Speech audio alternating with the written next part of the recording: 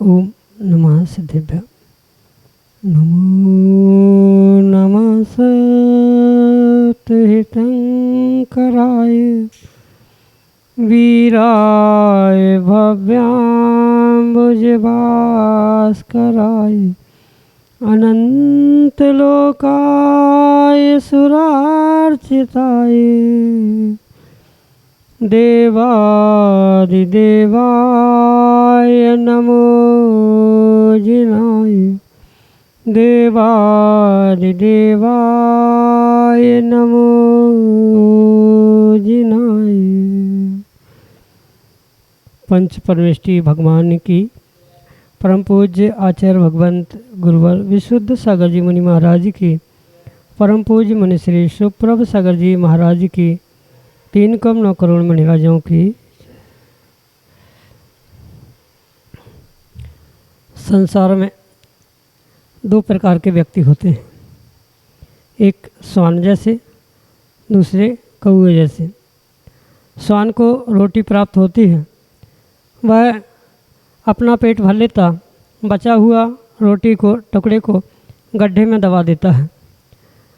ऐसे प्रवृत्ति के संसार में बहुत सारे लोग होते हैं, लेकिन कौवा काला होता है, लेकिन उसमें एक गुण बहुत अच्छा होता है कि जैसे वह रोटी के टुकड़े को प्राप्त करता है तो काँव काँव करके सभी कौवों को बुला लेता है, और उस कौवे जैसा जो व्यक्ति होते हैं वे ज्ञानी होते हैं, बुद्धिशाली होते हैं, विवेकवान होते हैं, क्योंकि अवसर बार बार नहीं प्राप्त होता है।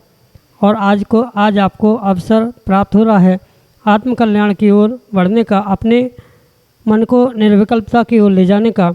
परम पूज्य आचार्य भगवंत गुरुवर विशुद्ध सागर जी महाराज के मंगल सभाशीष से परम पूज्य मुनि श्री सुप्रभ सागर जी महाराज ने सम्यक समाधान रूपे अनूठी विधा रोटी के टुकड़े के रूप में आपको प्रदान की है।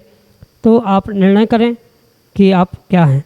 आप अपना विकल्प भेजते हुए साथ में अपने इष्ट मित्रों को अवगत कराते हुए उनके प्रश्न भेजने का पुरुषार्थ करें, जिससे कि आपके साथ साथ आपके अन्य जनों को भी वह मन के विकल्प का सम्यक समाधान आगम के परिप्रेक्ष्य में प्राप्त हो सके। तो ऐसे आत्मकल्याण की अनूठी विधा से अवश्य ही जुड़ें और उस काले कौवे जैसे गुणों को प्राप्त करने का पुरुषार्थ करें। प्रारंभ करते हैं आज का सम्यक समाधान। और आज के पहले विकल्प के लिए अनन्य गुरु भक्त रोहित जैन पाटौदी छिंदवाड़ा मध्य प्रदेश से महाराज श्री के श्री चरणों में बारंबार नमोस्तु निवेदित करते हुए अपना समीचीन प्रश्न रख रहे हैं कि महाराज जी, गुरु में ऐसी कौन सी शक्ति होती है जो भक्तों के दुखों को मिटा देती। हमारे समीचीन विकल्प का सम्यक समाधान करने की अनुकंपा करें। नमोस्तु महाराज जी, नमोस्तु। ओम नमः सिद्धम। परम पूज्य आचार्य भगवान गुरुवर विशुद्ध सागर जी महाराज की। गुरु की महिमा वर्णी न जाए, गुरु नाम जपो मन वचन का। इन पंक्तियों के अनुसार जो गुरु का वास्तविक स्वरूप कह दो या वास्तविक जो शक्ति है, वह कवि ने अपने शब्दों में लिखने का प्रयास किया। ये भी कई बार आपने सुना होगा, गुरु ब्रह्मा गुरुर विष्णु गुरुर्देवो महेश्वरा गुरु साक्षात परब्रह्म तस्मै श्री गुरुवे नमः। गुरु गोविंद दोहु खड़े काके लागू पाओ, बलहारी गुरु आपकी गोविंद यो बता। ये जितनी भी पंक्तियाँ गुरु की शक्ति के लिए, गुरु की महिमा के लिए लिखी है, वह वास्तव में यथार्थ है। और जितना भी गुरु के बारे में, गुरु की महिमा, गुरु की शक्ति के बारे में कहा जाएगा, वह शब्दों के हिसाब से बहुत कम ही कहलाया जाता है। ऐसे अनेकानेक गुणों से युक्त जो महान गुरु की प्रतिछवि है, गुरु की महिमा है, ये वास्तव में उनकी शक्ति, उनके गुण और उनके अनंत जो अंतरंग की, चाहे वह अध्यात्म की हो, चाहे उनकी वह लौकिकता की, व्यवहारिकता की भी क्यों ना हो, पर उनकी अंतरंग की जो प्रचंड शक्ति है, आत्मविश्वास है, वही बहुत सारे जीवों के लिए कार्यकारी निमित्त बनता है। पर ये बात विशेष करके जैन दर्शन के अनुसार समझनी होगी कि किसी भी प्रकार से कोई एक द्रव्य दूसरे द्रव्य का कुछ करता नहीं है, वह निमित्त हो सकता है। भक्तों का, शिष्यों का जब तक तीव्र पुण्य का उदय नहीं है, तब तक किसी भी प्रकार से गुरु उनके लिए कुछ अच्छा या बुरा आदि करते हुए नहीं मिलता। जो भी गुरु शिष्यों के, भक्तों के दुखों को हरते हुए देखने में आते हैं, तो ये मात्र और मात्र उन शिष्यों की, उन भक्तों की गुरु के प्रति समर्पण की भावना से ही हुआ कार्य है। क्योंकि अगर गुरु सभी भक्तों के, सभी शिष्यों के दुखों का हरण करता है, ऐसा पूर्ण रूप से स्वीकार किया जाए, तो फिर कुछ भक्त, कुछ शिष्य आज भी दुखी दिखते हैं और कुछ दिनों में ही अपने दुखों से दूर होते हुए सुख को प्राप्त करते हुए दिखते। तो इसके पीछे का कारण मुख्यतः यही समझना होगा कि जीव का स्वयं का उपादान, जीव का स्वयं का पुण्य पाप इस पर निर्भर करता है। जिस शिष्य की, जिस भक्त की गुरु के प्रति विशेष श्रद्धा, विशेष भक्ति और विशेष समर्पण होगा, उतना ही विशेष उसका कार्य सिद्ध होते हुए देखने में आएगा। गुरु किसी भक्त के लिए, उसके दुखों के हरण के लिए कुछ विशेष अलग से कार्य नहीं करते, अपितु जैसे सभी शिष्यों के लिए, सभी भक्तों के लिए एक समान रूप से मार्गदर्शन करते हैं, उपाय बताते हैं, पर फिर भी जिसका जैसा नियोग होता है, जिसका जैसा श्रद्धान होता है, विश्वास होता है, उसके जीवन में वैसा ही होता है। जैसे डॉक्टर भी अपने प्रत्येक पेशेंट के लिए समान दवाई लिखने पर भी किसी के लिए बहुत जल्दी रिलीफ मिलता है, किसी के लिए बाद में मिलता है और किसी को तो मिलता ही नहीं। बिल्कुल गुरु भी आपके जीवन में, भक्तों के और शिष्यों के जीवन में एक डॉक्टर के समान कार्य करते हैं। किस समय किसको कैसी दवाई दी जाती है, किस समय किसको कैसे समझाया जाता है, उसका स्थितिकरण, उपगमन कैसे किया जाता है, आदि सब कुछ गुरु जानते हैं। और जैसे ही गुरु ने उपाय बताया और उस उपाय को शिष्य ने, भक्त ने श्रद्धापूर्वक ग्रहण करते हुए उसे आत्मसात करने का प्रयास किया, वह नियम से दुखों से छुटकारा प्राप्त ही करता है। इसलिए ये विश्वास रखे कि गुरु किसी के दुखों को, प्रभु किसी के दुखों को हटाने के लिए व्यक्तिगत नहीं बैठा। आपका जो श्रद्धान है, आपका जो विश्वास है, आपका जो गुरु और प्रभु के प्रति समर्पण है, वह आपके श्रद्धान और समर्पण की विशेषता से ही ये कार्य बहुत सहजता से होते हुए देखने में आते हैं। अन्य किसी प्रकार से कोई किसी का कर्ता हर्ता नहीं होता। अगर कोई किसी का कर्ता हर्ता होता तो शायद वह सुख दुख देने का पूर्ण रूप से गुरु और प्रभु कर्ता होने से फिर उनको ही पुण्य पाप गुरु को भी लगेगा, किसी को दुख देने का, किसी के दुख को छुड़ाने का। इसलिए ये ध्यान रखें कि आपका ही श्रद्धान, आपका ही विश्वास, आपका ही समर्पण गुरु के आशीर्वाद, गुरु के निमित्त को प्राप्त करते हुए सुखों दुखों से दूर करने के लिए निमित्त बनता है। जिसका पाप का उदय चल रहा है, वह गुरु का आशीर्वाद, गुरु का मार्गदर्शन प्राप्त करने के बाद भी कुछ न कुछ अंशों में श्रद्धा की कमी होने के कारण से वह सुखों को प्राप्त कर नहीं पाता, दुखों से छुटकारा नहीं प्राप्त करता। और जिसके पुण्य के उदय से गुरु का मार्गदर्शन प्राप्त करते हुए जो गुरु की वाणी पर श्रद्धान और समर्पण से कार्य करता है, उसके जीवन में ही सुख मिलता है। और जैसे कि गुरु की बात मैंने कही, गुरु तो स्वयं में शक्तिशाली है ही, पर उनके शक्तिशाली निमित्त को प्राप्त करते हुए ग्रहण करने की शक्ति जिन भक्तों में, जिन शिष्यों में होती है, वो ही उनके आशीष और मार्गदर्शन से अपने जीवन को बदलते हैं। सभी के लिए वह एक सा निमित्त नहीं बनता, क्योंकि सबका अपना अपना पुण्य पाप, अपना अपना श्रद्धान भिन्न भिन्न है। इसलिए कर्ता गुरु को नहीं अपितु अपने श्रद्धा को ही बनाना होगा। यही आपके लिए सम्यक समाधान। मयंक जैन, टीकमगढ़, मध्य प्रदेश से महाराज जी के चरणों में बारंबार नमस्ते करते हुए अपना प्रश्न रख रहे हैं कि महाराज जी, हमारा गल्ले का व्यापार है, बहुत सारे चूहे दुकान में हो जाते हैं, तो हम पिंजरा लगा करके उन्हें पकड़कर दूर छोड़ाते हैं। हमारा उद्देश्य चूहों को हानि पहुंचाना नहीं है, ना ही हिंसा का। फिर भी चूहे के बच्चों की जुमा अनजाने में वियोग करा दिया जाता है, तो क्या अनजाने में भी हमें दोष लगेगा? हमारे समीचीन विकल्प का सम्यक समाधान करने की अनुकंपा करें। नमोस्तु महाराज जी, नमोस्तु। भगवान उमा स्वामी महाराज अपने तत्वार्थ सूत्र ग्रंथ में कहते हैं, ज्ञाताज्ञात भावाधिकरण वीर्य विशेषेभ्यास तद्विशेष। इस सूत्र के अनुसार तीव्र, मंद, ज्ञाताज्ञात, भावाधिकरण और वीर्य आदि की अपेक्षा से जीव अपने कर्माश्रम में, चाहे पुण्य हो चाहे पाप हो, आदि में विशेषता को प्राप्त करता है। मतलब जो जीव कर्म का आश्रय प्रतिपल प्रति समय कर रहा है, चाहे पुण्य रूप हो चाहे पाप रूप हो, अगर वह पुरुषार्थ जो वह कर रहा है मन वचन काय के तीनों योगों के माध्यम से, तो उसके भाव, उसका योग किस प्रकार से है, तीव्र है कि मंद है। तीव्र होगा तो उतना ही तीव्र कर्माश्रय होगा, मंद है तो उतना मंद होगा। साथ में ज्ञाताज्ञात यानी जानकर किया है तो उसका पाप भी उतना ही विशेष होगा, और अनजाने में किया है तो उसका भी पाप वैसा ही होगा। पर ये नहीं कहा जा सकता कि अनजाने में किए गए पाप का कोई भी फल नहीं मिलता, चाहे जान के करे चाहे अनजाने में किए। कर्म जो जैसा करता है, मन वचन काय का जो जैसा प्रयोग करता है, उसको वैसा ही फल मिलता है। हाँ, किसी को आज, किसी को कल, किसी को कुछ समय बाद मिलता है, पर कर्म का उदय और कर्म का विपाक प्रत्येक जीव को भोगना ही पड़ता है। चाहे जान के या चाहे अनजाने में, आप अनुभव करके देख लेना।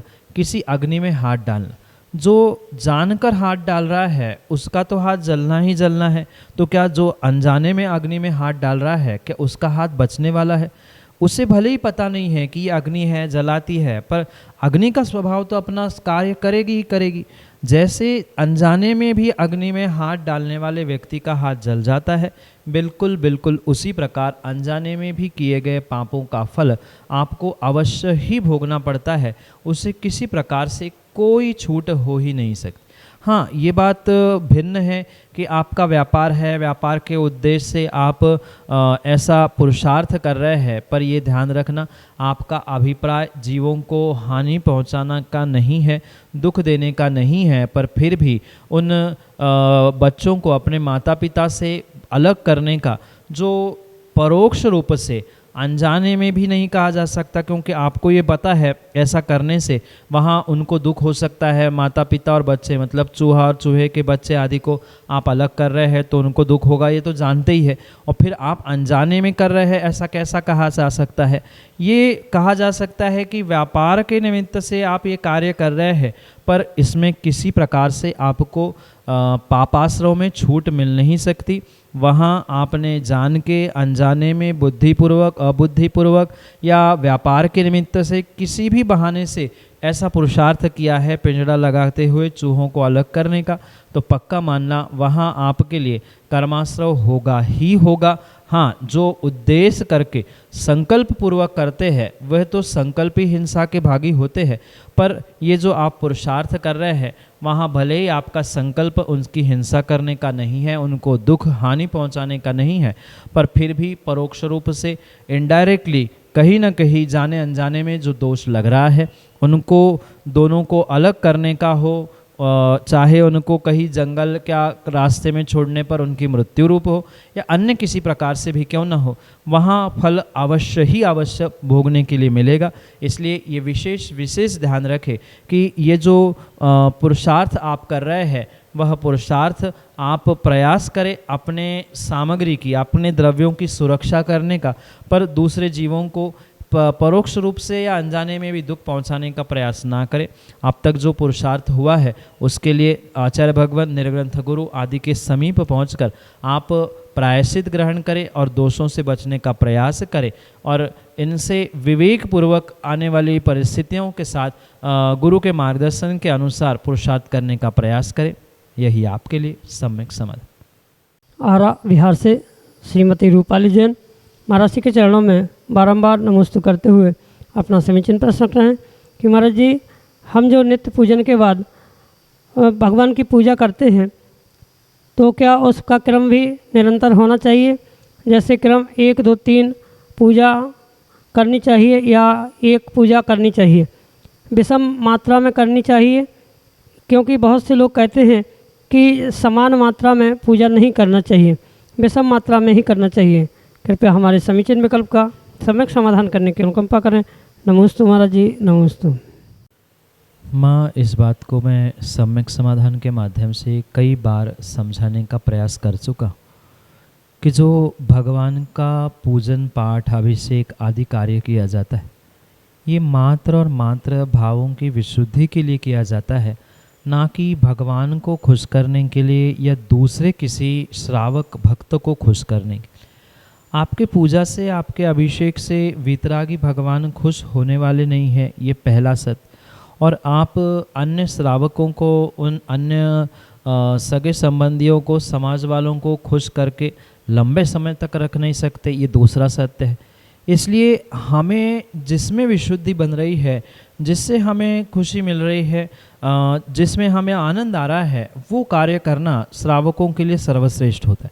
हाँ, ये भी अवश्य ध्यान रखने योग्य बात है कि अभिषेक के उपरांत पूजन करनी चाहिए, पर ऐसा कहीं भी नहीं लिखा है कि इतनी ही पूजन करनी चाहिए या कल 10 की थी आज 11 करनी चाहिए।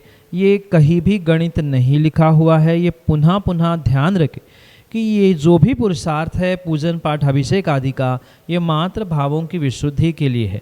किसी प्रकार से अगर प्रतिस्पर्धा रूप आपने 10 किए तो मैं 12 करूँगा, आज 12 किए तो कल 15 करना है, तो ये प्रतिस्पर्धा रूप चाहे स्वयं से हो दूसरे से हो, इस स्पर्धा को लेकर आप अगर पूजन पाठ कर रहे हैं या अपनी संख्या को बढ़ाने का प्रयास कर रहे हैं तो ये भी मायने नहीं रखता। क्योंकि अक्सर यही होता है कि लंबे समय तक खींचातानी करते हुए कहीं ना कहीं भावों की अशुद्धि आती है। अरे जल्दी जल्दी करना है, अभी 10 पूजा और बाकी, अभी 5 पूजा और बाकी, बस आधा ही घंटा बचा है। इस संक्लिष्टता से उस संख्या को या प्रमाण को, मतलब पूजा के प्रमाण को बढ़ाने के चक्कर में अगर किसी प्रकार की संक्लिष्टता हो रही है कि नहीं उसकी 9 हो गई, मेरी तो 7 ही हुई है, हमें और करना है, या जो भी प्रकार से संकल्प विकल्प मन में उठ रहे हैं, ये पुण्य की जगह आपको पाप देने वाले। इसलिए भले ही आप आनंद से, खुशी से और विशुद्धि के साथ भगवान की एक ही पूजा करें, एक ही पूजा को आप लंबे समय तक, जैसा जब तक मन लग रहा है तब तक कर सकते।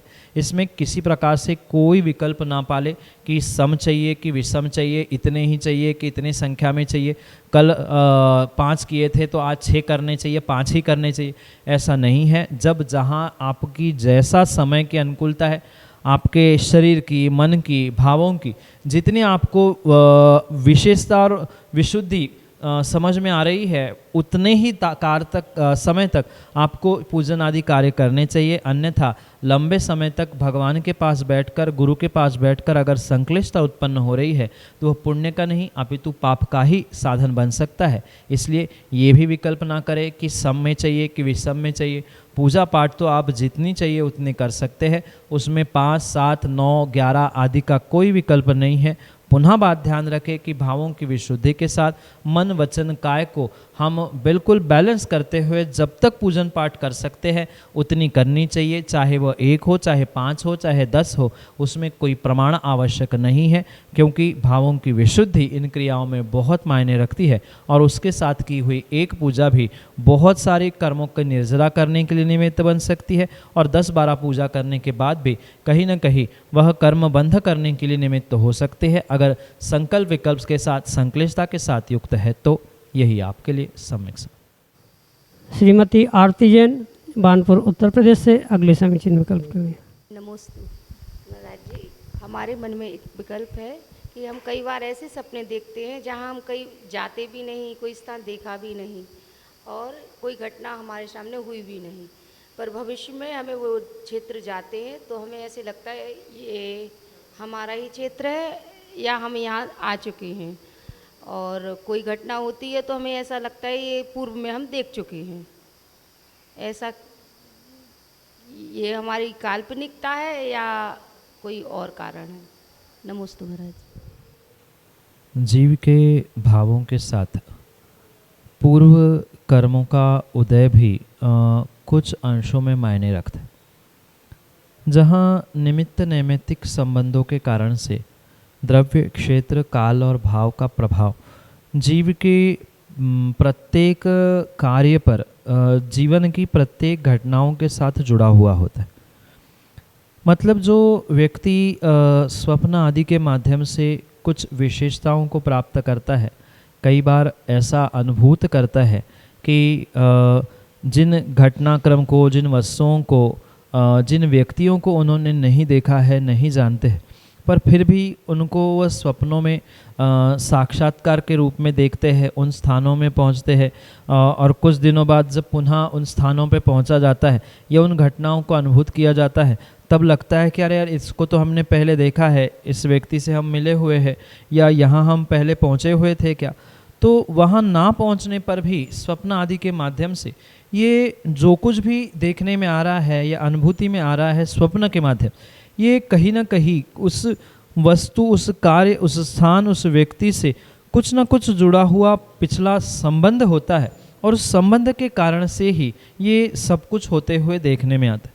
कभी कभी ये भी बात समझने योग्य है कि कुछ बातें तो काल्पनिक भी हो सकती है, जैसे कुछ घटनाएं जो होना संभव ही नहीं है इस पर्याय में, तो ये किसी प्रकार से पूर्व संबंध से नहीं, अपितु कल्पना से ही देखने में आता है, और उसका भी कहीं ना कहीं सेंस या उसके भी कुछ ना कुछ संबंध आने वाले समय के लिए होते हैं। क्योंकि व्यक्ति जो स्वप्न देखता है, ये मात्र स्वप्न के रूप में नहीं, अपितु वह स्वप्न कब देख रहा है, कौन से तिथि, कौन से नक्षत्र, कौन से वार, समय क्या है, उसका काल क्या है, कौन से मुहूर्त में देख रहा है, उसका उसके जीवन में आने वाले समय में भी फल निर्धारित किया जाता है, शुभ रूप, अशुभ रूप। क्योंकि जो भाव या भावना जीव की सुप्त मन के साथ एक स्थान प्राप्त कर चुकी होती है, कहीं ना कहीं वही स्वप्न आदि के माध्यम से जागृत होती है, और उन स्वप्नों का भी पूर्व के साथ और भविष्य के साथ, यानी भूत और भविष्य के साथ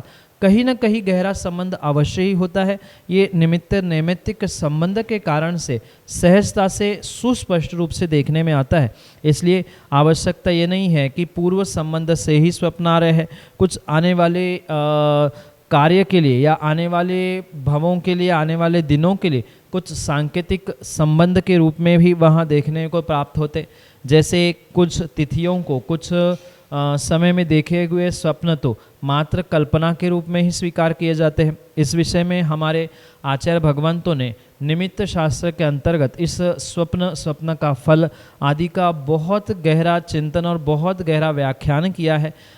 चूँकि समय उतना पर्याप्त नहीं है कि पूर्ण रूप से इन एक एक स्वप्न का फल या उसका निदान किया जाए, पर ये अवश्य ध्यान रखें कि कहीं ना कहीं भूत या भविष्य से उन स्वप्नों का संबंध हो सकता है। किसी का सीधा होता है, किसी का विपरीत फल के रूप में होता है, पर मन में बैठे हुए जो सुप्त विचार है, भाव भावनाएं हैं, उनका ही साक्षात्कार स्वप्न आदि के माध्यम से होता है। भले ही उन व्यक्ति, उन स्थानों पर इस पर्याय में जहाँ तक आप जानते हैं या अनुभूत कर चुके हैं, वहाँ आप भले ही नहीं पहुँचे हो, पर कहीं ना कहीं ये भूत और भविष्य के संबंध के साथ साथ जुड़े हुए ही भाव और भावनाओं के साक्षात्कार रूप मिलने वाले फल का ही प्रतिफल या फल का ही बीज रूप ये स्वप्न आदि होते हैं। इसलिए इन्हें मात्र कल्पना ना समझे और मात्र भूत का ही संबंध ना समझे। कुछ काल्पनिक, कुछ भूत के संबंध से, कुछ भविष्य के संबंध के साथ जुड़ी हुई ही ये स्वप्न आदि की श्रृंखला मनुष्यों के साथ विशेष रूप से देखने में आती है। यही आपके लिए सम्यक समझ।